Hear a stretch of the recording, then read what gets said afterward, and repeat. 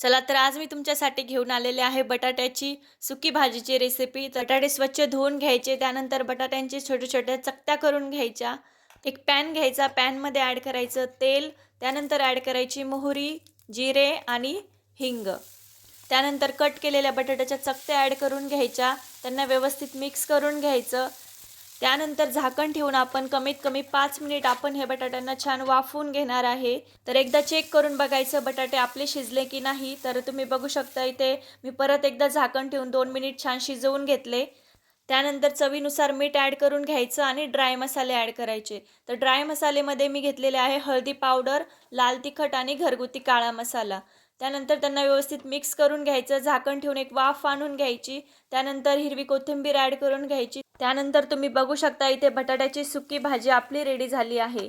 Recipe आवडली असेल तर चॅनलला नक्की सबस्क्राईब करा आणि व्हिडिओला लाईक करा.